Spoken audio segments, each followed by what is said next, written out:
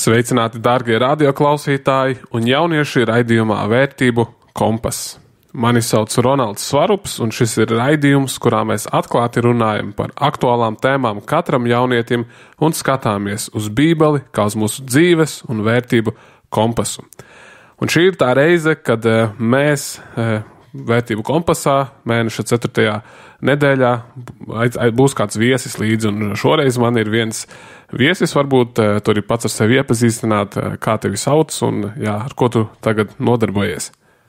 Jā, sveicināti cienījamie un radio klausītāji, visi citi, kas klausās šo radījumu vai Latvijas Kristīgajā radio vai arī kādās citās platformās. Mans vārds ir Mārtiņš Vārslavs, es esmu students. Un Ronalds man uzaicināja šajā reizē uz interviju, un es esmu students, studēju 2. kursā Rīgas Traņu universitātē, medicīnas fakultātē, man ir 20 gadi, un esmu oriģināli no Laukiem Zemgals.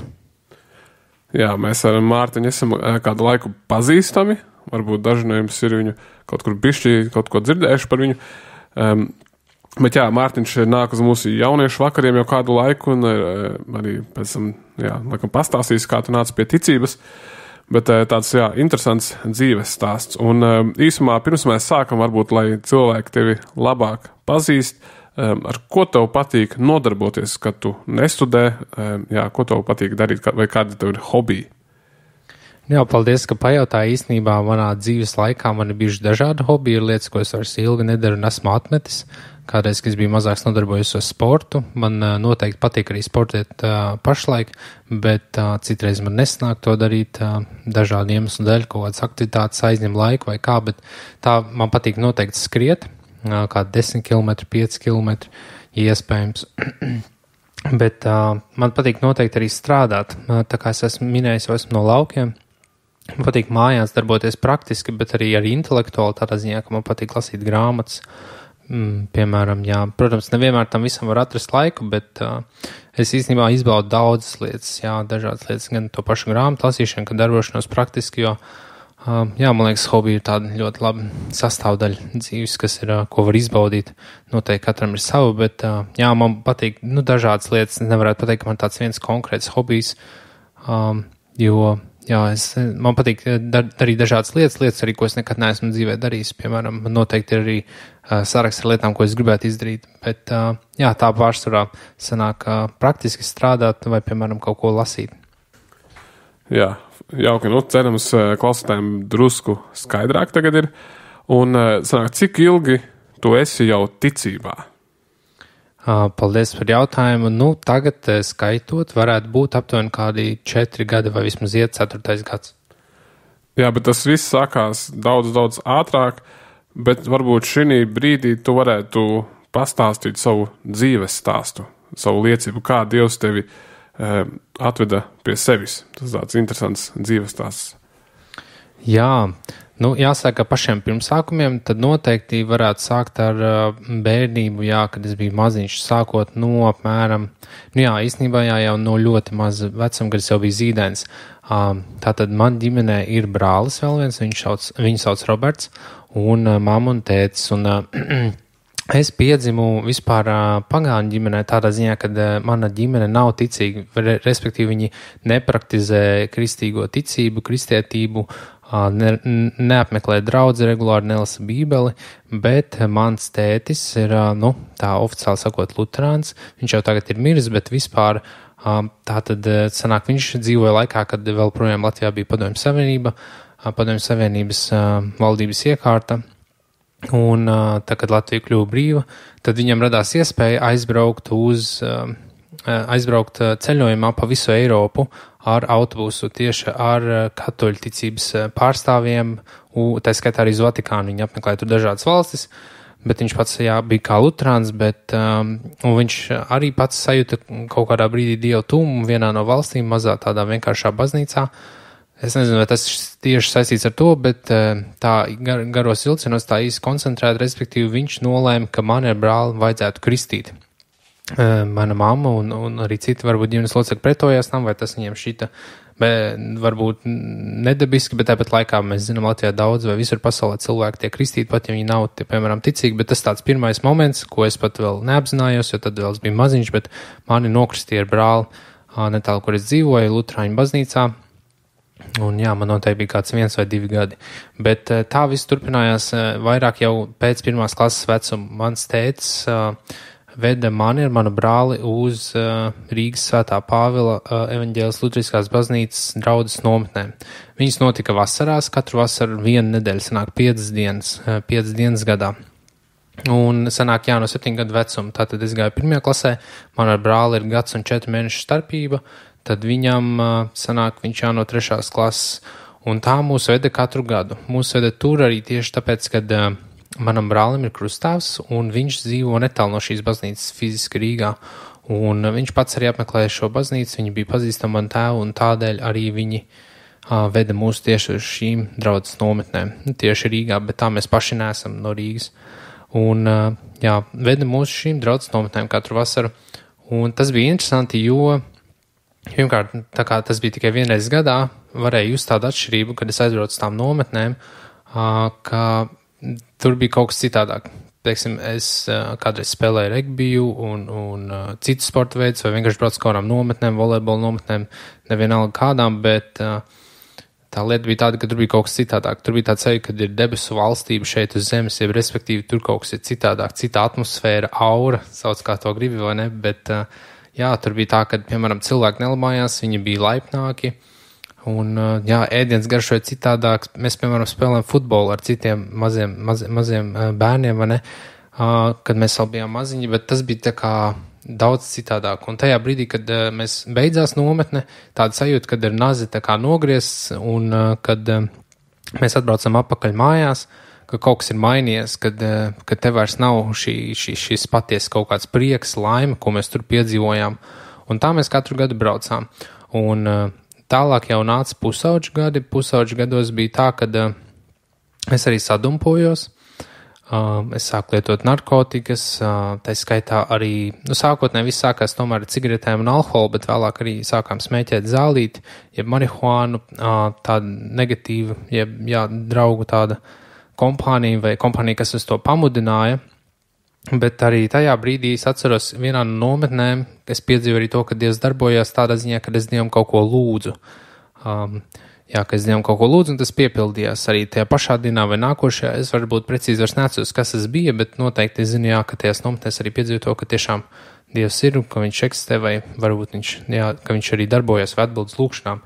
Bet, jā, tā kā tas bija tikai 1 reizi gadā, tad tas varbūt neatstāja tik lielu ietekmi. Un pa to laiku, pusauģu gados, jā, kad notika šis viss, kad es sāku lietot alkoholu un narkotikas, es meklēju piepildījumu savā ziņā. Īstenībā, kā daudz jaunieši, pusauģi, man liekas, jā, lielākā daļa cilvēku iziet cauri tādai eksistences krīzē, bet tāpat laikā arī, jā, tā, ka viņi kaut ko grib pamēģināt, tas ir arī tas posms, vai ne, kad cilvēki grib, tā kā tieši bērni vai pusauģi, jaunieši grib tikt vaļā varbūt no vecāka tās autoritātes, meklēt savu to ceļu, un tad es arī to darīju.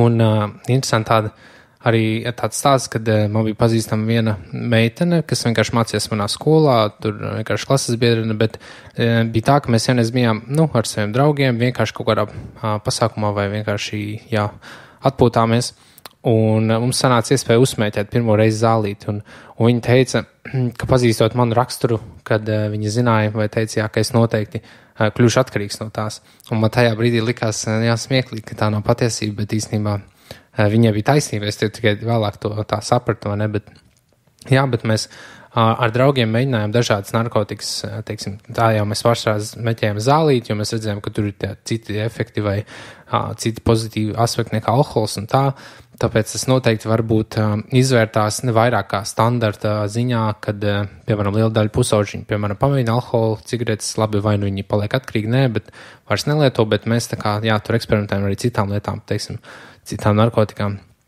Un tāds viss turpinājās, un radās arī iespēja, kad mēs arī sapratām, kad mēs varam pārdot zālīti. Mēs varam pārdot viņu, tad mēs iegūstam vai nu naudu, vai arī, ja, piemēram, mēs iegūstam naudu, mēs varam paši vēl uzsmēķēt, un tam mēs sākām, jā, tā kā pārdot, protams, mazos daudzumos, bet, jā, bet tādā ziņā mēs meklējam tur piepildījumu. Protams, ar to visu kopā nāca arī komplekss tādā ziņā, kad man vajadzēja sākt melot vecākiem, kurus atrodos, vai ko es daru, vai ne. Tā skaitā, piemēram, vai jā, zakt vai kā. aizņemties naudu, lai spētu, piemēram, nopirkt to daudzumu, pēc tam varētu atmaksāties vai kā citādi. Tas ietekmē manu gan mācīšanos, izglītības apgūvi, respektīvi, un komunikācija ar citiem cilvēkiem. Es kļūtu, tādā ziņā atkarīgs, vai ne, tas bija galvenais fokus uz nākošās devas iegūšanu vai kā. Bet, un tad bija tāda pirmā reize, kad es saņēmu tādu brīdinājumu no policijas. Bija uzrakstīts iesniegums, ka man jāiedod uz policiju un tā, bet tas viss veiksmīgi beidzās, tur nebija nekāds tāds liels pamatojums un jā. Bet tā kopumā bija tādi 3 tādi brīdinājumi zvani, brīdinājumi, ko es varētu atcerēties tieši saistībā ar policiju. Tagad atskatoties to visu, kad tas jau pagājis. Un bija tā, kad pēc tam bija vēl viens un trešais, un pēdējā trešajā jau bija tā, kad jau mani sagaidīja tiesa, jau nopietnas sots, kurš varētu potenciāli tikt piemērots, un tajā brīdī es sapratu, ka es nevaru dzīvi tādu vairāk turpināt, vai ne? Es neieguvu to piepildījumu tajās šajā narkotisko preparātu lietošanā, tas man deva tā kā prieku un laimi, bet uz īsu brīdi, piemēram, tu piekdienā aiziet draugiem atpūties, tu lieto, piemēram, alkoholu, tu piedzeries, tu jūties labi, bet nākušajā dienā tu pamosties, tev ir sāpoša galva un tavas problēmas vēl projām ir tur, tev vēl projām dažādi jautājumi, tavas problēmas nav atrisinātas, un tu gūvi piepildījumu, bet tikai uz īsu brīdi. Un tā skaitā, piemēram, man arī bija atkarība no pornogrāfijas arī tajā laikā, un tur es arī neieguvu piepildījumu. Un šajā brīdī, kad bija šis pēdējais brīdinājums no policijas, es sāku meklēt tiešām tādu dzīves jēgu, piepildījumu. Es sāku apšaubīt to, ko es iepriekš biju darījis. Un, es vienkārši tādā ziņā arī biju izmesis un, neteiksim, kad varētu teikt savā ziņā, es biju apvainojies uz Dievu, vai bija dusmīgs uz Dievu, vai noteikti gribēja runāt ar Dievu, bet varbūt neapzinājās, ka viņš ir vai eksistē, bet un tajā brīdī jau gada laikā jau tuvojās vasara, un arī šī kristīgā nometne jau kuro gadu pēc kārtas, jo mēs braucām katru gadu, nevienu gadu neizlaižot, un arī interesanti bija tas, ka katru gadu ir tā, kad mums iekrita, kad ir šī kristīgā nometne, vai nu pirms, vai nu pēc tās, ir laivu brauciens, kur mēs dodamies ar ģimeni un ģimenes draugiem. Un viņš iekrita vai nu pirms, vai nu pēc, un tajā gadā viņš iekrita tieši pēc šīs kristīgās nometnes, un tieši tās dienas bija tādas, kad tu aizbrauc uz nometni, tu uzreiz brauc uz laivu braucienu. Tajā pašā dienā, kad beidzās nometne, vai arī otrādi. Uzreiz no laivu braucienu tu brauc uz nometni, pat ja tas ir Latvijas citā malā. Mums tā vienkārši tas bija iegājies kā tradīcija, bet šie laivu braucieni, nekādā ziņā nebija ne kristīgā sabiedrībā, nekā citādi, bet tas bija tā iekrits, un bija tā, ka pēc nometnē esot, ka es meklēju šo dzīves piepildījumu,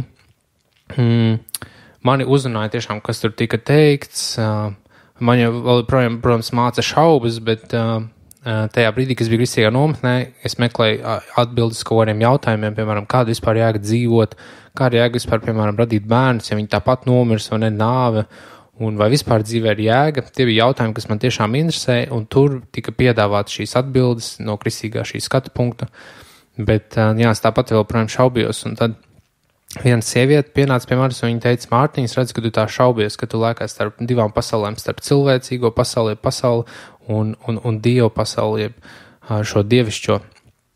Un pēc nometnes uzreiz mēs braucām tajā laivu braucienā, un es sāku jau lasīt Bībeli. Pats lasīju Bībeli, meklēju atbildes, tas man uzrunāja, bet tāpat laikā īstenībā pirms nometnes man jau radās tāda vēlme lasīt Bībeli, kas bija izmisis. Nezinu, kāpēc, tikpat labi es varēju paņemt, varbūt, nezinu, kaut ko pa Budu vai vienalga ko, bet tādā ziņā, es meklēju tieši atbildes Bībelē. Un es jau sāku lasīt, izlasīju 1. 2. Mūzes grāmatu, protams, tur bija varbūt garlaicīgi, kā sākotnēji jaunam ticīgiem vai cilvēkam, kurš vēl pat nav nācis no ticības, pie ticības, kad tur ir kaut kādi entie radu raksti un tam līdzīgi. Bet, mēs braucām uz to laivu braucienu laikā, mēs bijām kopā tur 3 dienas, 2. dienā. Mēs pielēvojām tādā vienā vietā pie upes, tur mēs uzslējām teltis, tur bija ugunskura vieta un visi kopā tur dziedāja dziesmas un tam līdzīgas lietas, bet es biju viens pats savā teltī. Tās telts, viss telšu tā pilsētiņa, jeb telts atradās nedaudz tālāk no ugunskura vietas, un es tur biju viens pats un pēkšņi gulēju, un bija vakars, un pēkšņi pār mani nāca tāds dievišķas skumjas. Ir tāda raksturvieta vēstulē arī korintiešiem, kas runā par šīm dievišķām skumjām, vai ne, kas ved uz atgriešanos, un tas bija tas, ko es piedzīvoju. Es piedzīvoju tādu pēkšņu vēlmi, jeb sajūtu, vai arī tāpat laikā skumjas, kas nāca pār mani, kuras daļēji bija no manas puses, bet tāpat laikā Dievi ierosināts, kad es nožēloju visu to, ko es biju darījis slikto. Es apzinājos pēkšņi, kad es esmu darījis daudz sliktas lietas, es esmu veicinājis sātana valstības, jeb sātana valsts attīstību, kad es esmu nesis dusmas, naidu, cilvēkiem viltus tādu apsolījumu, vai ne, pārdodot narkotikas, pats ar tām apreibinoties, bet īstenībā nesaņemot neko patiesu vai ilgstošu. Un man nāca tādas skumjas, asaras, man ļoti daudz asaras tecēja pār vaigiem, un tajā brīdī arī es saucu uz Dievu, es lūdzu Dievam piedošanu. Un tas bija interesanti, vai ne, jo kāpēc tieši Dievam to sauc, es to tā nevaru pamatot vai kā, bet tāpat laikā nākošajā dienā bija tāds sajūta, ka kaut kas ir mainījies, bija tāda cita sajūta, un arī tajā brīdī pēc šīs nožēlas bija tāda sajūta, ka liels smagums, kas ir bijis uz maniem pleciem, ka tas tiek noņemts nost, es jutos labāk, vieglāk, bija tāds sajūta, ka kaut kas labs ir noticis. Nākošajā dienā varbūt nemainījās, varbūt nekas daudz manā domāšanā, vai es varbūt tāpat arī kopš tās dienas vēl projām turpināju grēkot, es turpināju varbūt lietot zālīti vai vēl kaut kādas citas lietas, bet kopš tās dienas es izdomāju, tad jāiet uz draudzi, jāiet uz baznīcu, jāiet arī uz to baznīcu, kur rīko šīs nometnes. Tā jau mēs apbrāli devāmies tikai uz tām nometnēm, bet izrādās, protams, ir arī dievkalpojumi, tos var apmeklēt jauniešu vakari un tā, un tad es devos katru svētdienu, mēroju attālumu arī no laukiem, citreiz tādu pieklājīgu distanci līdz pat baznīcai. Un tā es devos katru svētdienu viens pats, bet interesanti bija tas, ka, kopš es devos šīm svētdienas dievkalpojumus, varēju dzirdēt mācītājs prediķi, ko mācītājs saka par Bībeli un tam līdzīgi, un es arī pats turpināju lasīt Bībeli. Un interesanti bija tas, kad es pat citreiz neticēju tam, ko mācītājs saka. Man nebija vēl šī pārliecība, man es biju jauns ticīgs cilvēks, jauns ticībā, varbūt citreiz es pat apšaubīju to, ko mācītājs saka, jo man likās, vai tiešām tas tā var būt. Piemēram, viņš apgalvoja, ka Dievs ir radītājs un tādas lietas, un tas man nelikās kopā, vai, piemēram, viņš pieminēja Jēzu, visu laiku Jēzus Kristu, es tā vairāk pazinu Dievu tēvu, Jēzus Kristus man bija tā svešs, un es arī lasīju Bībeli, man mājās ir tāds otrais stāvs, tur tāda jotulu krāsniņa vai kamiņas, kā to var nosaukt, un krēsls, un es tur lasīju Bībeli, neteiksim, ka katru vakaru, bet vakaros vienmēr. Un es pats tā arī tiku līdz pat Salmana pamācībām. Pēc tam es padevos un atkal sāku no sākuma. Bet, šajā laikā es lasīju gan Bībeli, gan konsultējos vai runāju ar citiem ticīgiem draudzē. Tajā laikā arī bija Covid laiks, man radās iespēja kalpot draudzē, respektīvi palīdzēt bez samaksas. Tieši ar straumēšanu un tam līdzīgi Covid laikā, tiekšam, kad dievkalpojums tiek straumēts un tā es ļoti integrējos draudzē, iepazinu cilvēkus un viņu vārdus, sapazinos ar jauniem draugiem un arī tā skaitā uzzināju daudz ko, piemēram, par Bībeli, tā kā viens bija tas, ka es viņu pats individuāli lasīju, bet otrs, kad man bija kāds, kas man paskaidro kaut ko es nesapratu un tā skaitā es gribēju nolasīt arī jums, klausītāji, tādu iedrošinājumu citātu savā ziņā par Bībeli, kāda ir Bībele un ka to ir svarīgi lasīt. Un šis citāts skan šādi. Bībelē ir aprakstīts Dieva prāts, cilvēka stāvoklis, pestīšanas ceļš, grēcinieku liktenis un ticīgo laime. Tās mācības, doktrīnas ir svētas, tās priekšraksti ir saistoši, tās vēsture ir patiesa un tās lēmumi ir nemainīgi. Lasiet to, lai būtu gudri, ticiet tai, lai būtu droši, un praktizējiet to, lai būtu svēti. Tajā ir gaisma, lai jūs vadītu, barība, lai jūs atbalstītu, un mierinājums, lai jūs uzmundrinātu. Tā ir ceļotāja karte, svētceļnieka nūja, pilota kompas, karavīra zobens un kristieša harta. Arī šeit ir atvērtas debesis un atklāti elles vārti. Kristus ir tās galvenais temats, mūsu labums ir tās mērķis, un Dieva gods ir tās mērķis. Tam vajadzētu piepildīt atmiņu, valdīt sirdī un vadīt kājas. Lasiet to lēni, bieži un ar lūgšanu. Tā ir bagātību raktuve, godības paradīze un baudas upe. tā jums ir dota dzīvē, tā tiks atvērta tiesas laikā un tiks pieminēta mūžīgi. Tā ietver visaugstāko atbildību, atalgo vislielāko darbu un nosodīs visus, kas izsmej tās svēto saturu. Un šajā citātā, šis īstenībā tāds diezgan spēcīgs citāts, bet šajā citātā arī aptverts tas, ko es arī savā ziņā piedzīvoju, lasot Bībeli un tieši arī jauno derību, apzinoties, ka Jēzus Kristus ir mans pestītājs un glābējs. Un, lasot Bībeli laiku, man radās arī dažādas jautājumi par dažādām mācībām, doktrīnām, un tā kā es iepazinu arī Ronaldu šajās nometnēs, tad es ar viņu arī konsultējos, tā kā viņa bija kaut kāda zināšanas, viņš varēja man izskaidrot, pastāstīt. Piemēram, tādas lietas, ar ko es saskāros, ir, piemēram, tas, kad par Jēzu, tā kā esmu iepriekš minējis, pazinu Dievu tēvu, vai es zināju, ir Dievs, es ticēju Dievam, bet kam tas Jēzus ir vajadzīgs, kāpēc vispār tas Jēzus vajadzīgs, vai ne? Kāpēc kristietība ir atšķirīga no citām reliģijām, kad tur tieši Jēzus ir, vai ne? Un tad es sapratu, kad sāku arī domāt arī par trīsvienību, vai ne? Tad es sapratu, ka trīsvienība, tās trīs personas ir Dievs tēvs, dēls un svētais gars, katram savu lomu, un ka Jēzus ir tieši tas, kas mums, pateicoties kuram mums Dievs tēvs var piedot. Un, un arī tas, kā es augu ticībā pēc tam, kad es jau biju ticīgs, bija, protams, runājot ar citiem ticīgiem, lasot Bībeli, bet arī klausoties dažādus podkastus, raidījerakstus, piemēram, kā šo vai ne pa konkrētām tēmām. Un te es varu, piemēram, minēt dažas no pamatpatiesībām, ko es iegūstu, piemēram, kad Dievs mūs uzmodinās vai augšām cels tieši miesā, kad Jēzus nāca miesā, vai ne? Kāpēc tieši kristietība ir cita atšķirīga reliģija, jeb patiesā vienīgā reliģija no visām, arī par to, kad Jēzus dievišķumu, ka viņš ir 100% Dievs un 100% arī cilvēks, kad Dievs zina nākotni.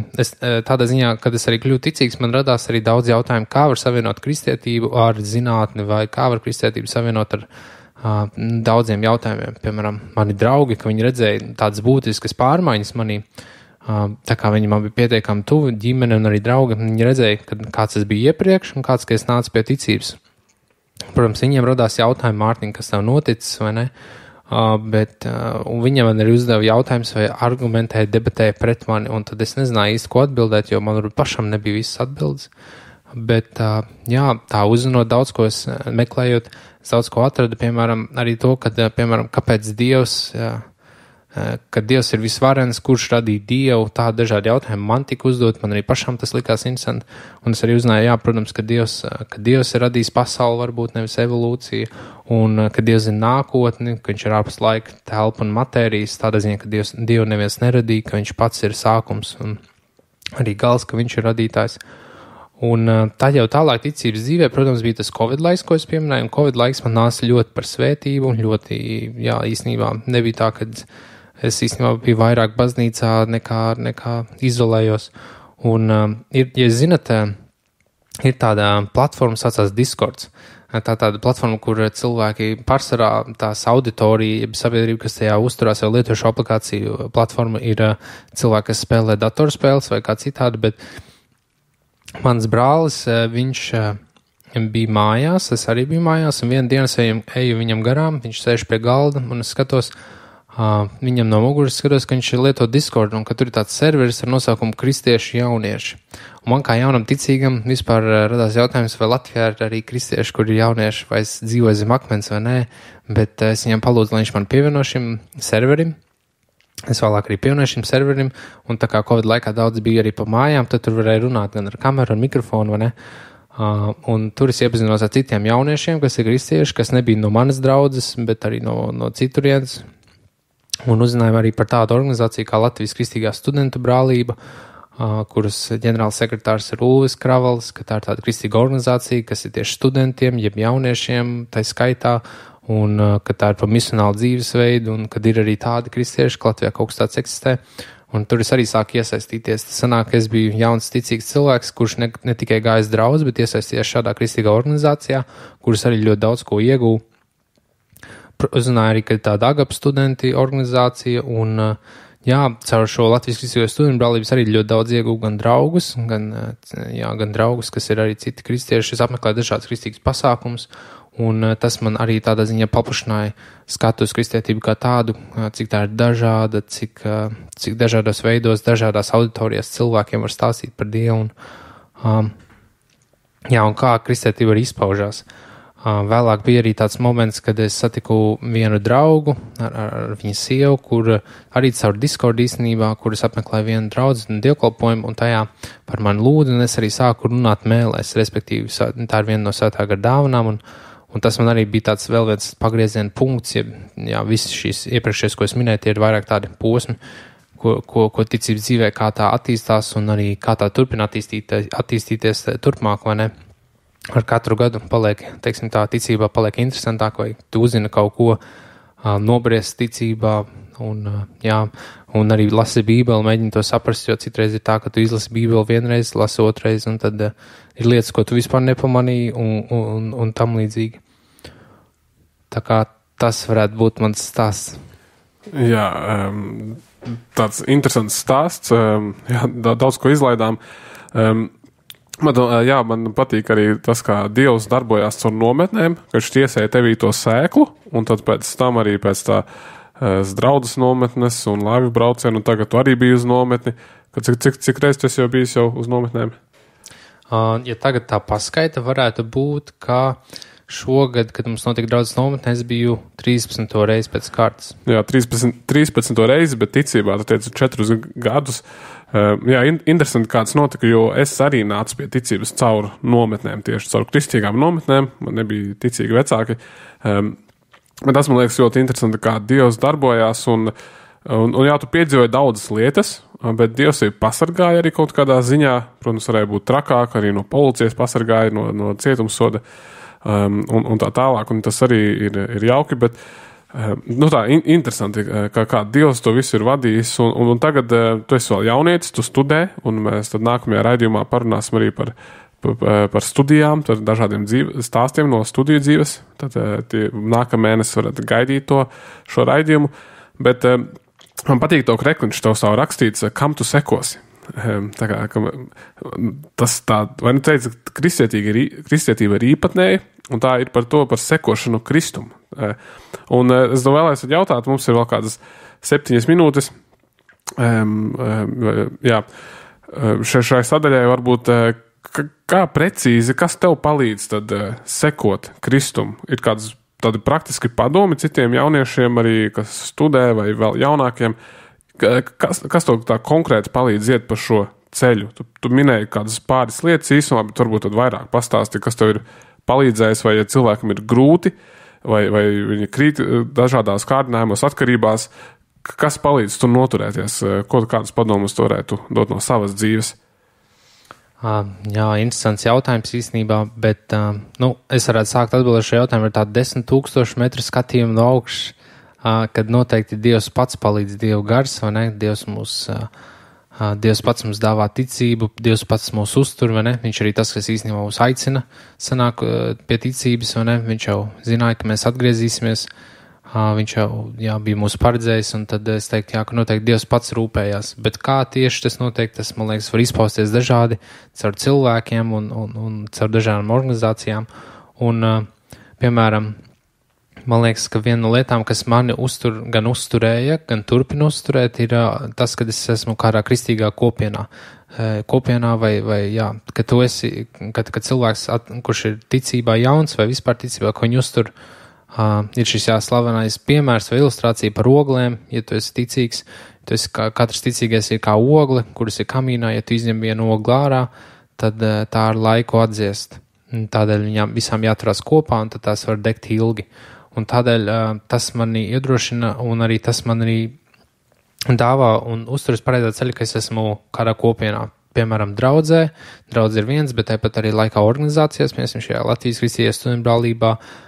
Vēl viena lieta ir noteikti, ja ir draugi, kuri ir ticīgi, un kuri ir arī tuvi draugi ticīgi, jo tad viņiem var izsūdzēt savus grēkus, kā rakstīts Jākaba vēstulē, vai ne? Tu vari dalīties ar dažādām lietām, ja tev kādi jautājumi, vai tu citu vari pamācīt. Piemēram, mums arī draudzē ir šī vīru grupiņa. Tā noteikti arī ir svarīga, vai ne? Bet noteikti jāpievērš arī uzmanība tādā ziņā, ka tās kopienas, vai kur iesaisties, nav virspusējas. Ja, piemēram, tu vari būt vīru grupā, it kā viss ir forši, vai ne, bet tie vīri, kas jau precēti, viņus sūta bezmazai sievas uz to grupu, lai viņi tur aiziet, ķeksītas atķeksēts, ka viņi ir bijuši, vai ne, citi varbūt vīri tur vēl projām, viņiem dažādas problēmas ar pornogrāfiju, ar laulībām vai vēl kaut ko, viņi neizrunājas, īsti neko nepastāst, viņi it kā kopienā ir, bet tāpat laikā tai nav tik liela ietekme.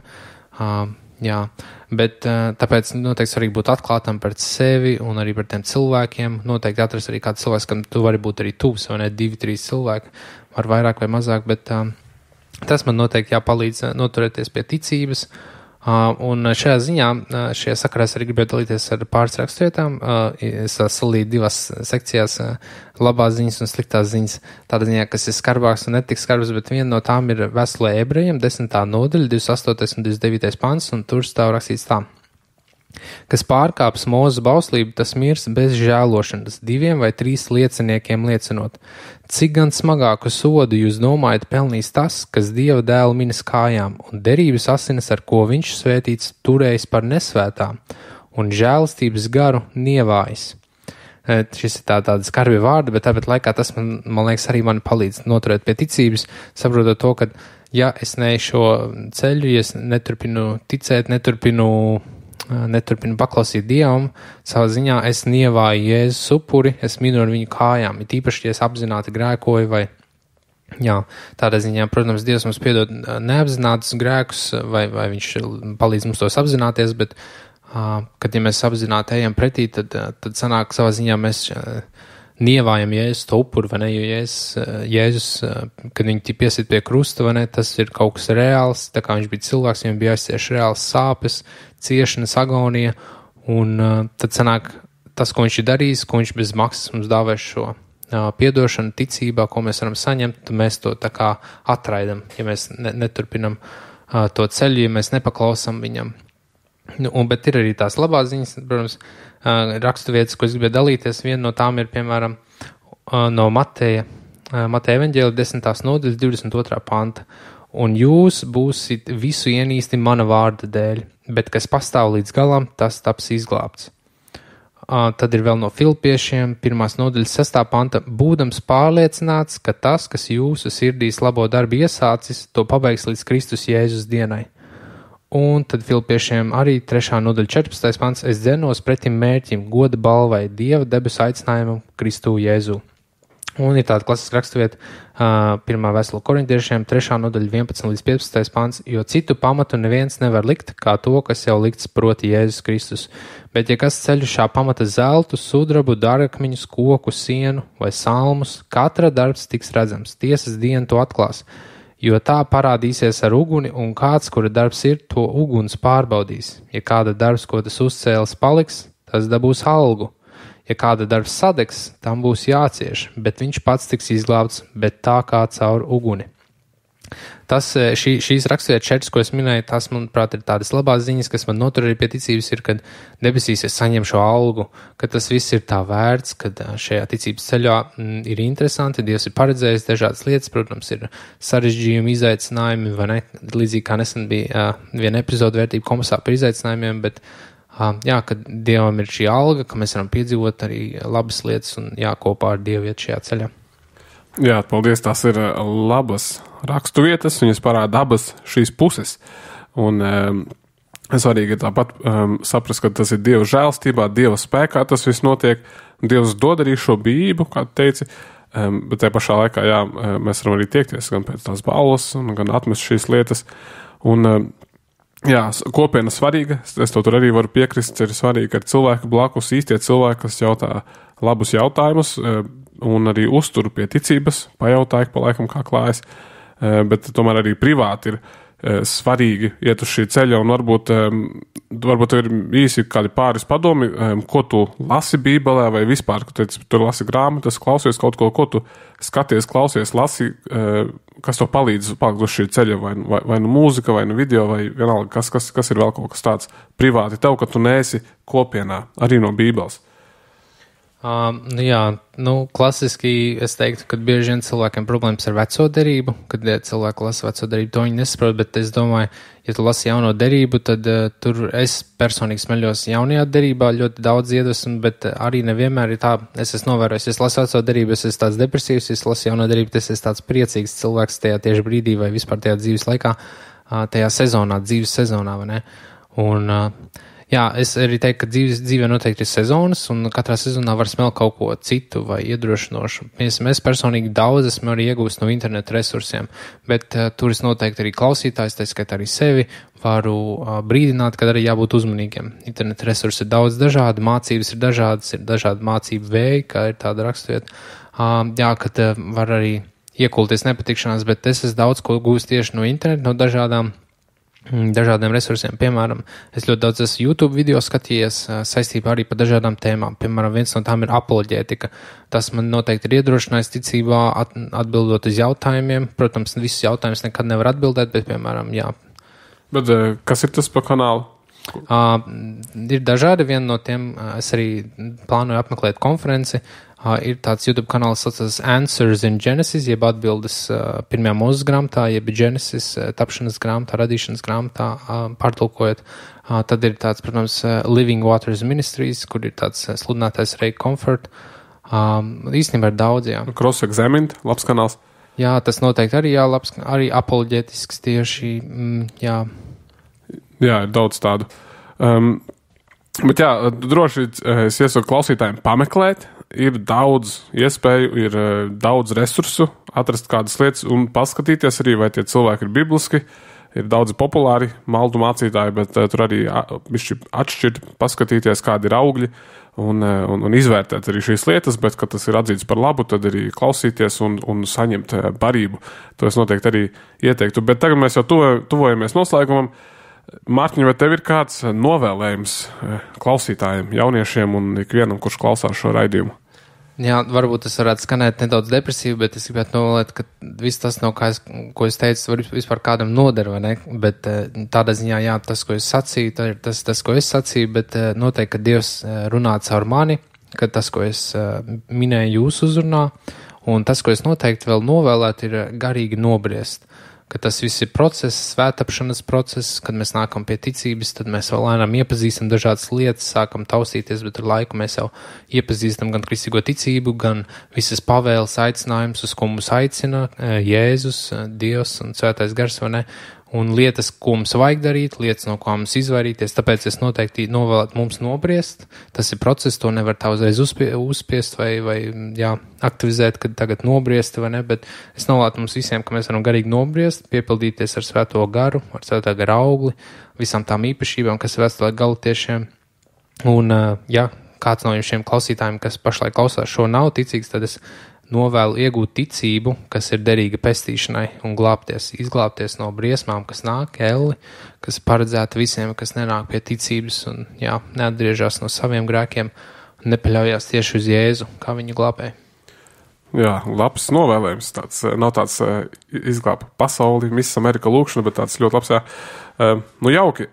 Jā, tad šeit mēs noslēgsim, un ja tevi tas iedrošināja, tad noteikti klausītāji atver šo raidījumu aizsūtīt kādam citam un arī gaidīt tad arī otro raidījumu pēc mēneša, kad mēs turpināsim praktiski runāt par tādām īstiem dzīves stāstiem no Mārtiņa dzīves.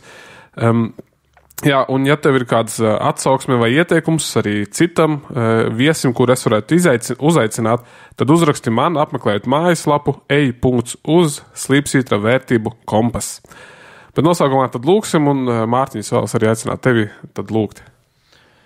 Jā, mīļais debes Tēvs, visvarenais Dievs, paldies Tev par šo raidījumu, paldies par šo epizodu, paldies par katru klausītāju, kas pašlaik šo klausās, un arī, paldies Dievs par Tavu apsardzību, un par to, Dievs, kad Tu mūs esi glābis, ka Tu esi dāvājis mums savu dēlu Jēzu, ka mēs varam smelties prieku, mieru, paļāvībās Tevi. Paldies Dievs, ka Tu esi gan mani, gan arī citus aicinājis ticībā, aicinājis no ļaunuma un vēl to dari un turpini darīt. Gan pats aicina, gan caur mums darbojas, izmanto mūs kā instruments. Svētī mūs katru, kad mums rodas šis prieks, miers, ko Tavs gars dāvā, paties prieks un miers, paties piepildījums, ko mēs varam iegūt tikai Tevī. To es lūdzu Jēzus vārdā. Āmen. Āmen. Jā, dārgie, sekosim Dievam un Bībelei, mūsu dzīves un arī vērtību kompasam. Jaunieši, īpaši vīri, esiet stipri un droši, un meitenes, sargājiet savu sirdi. Tiksimies nākamajā raidījumā.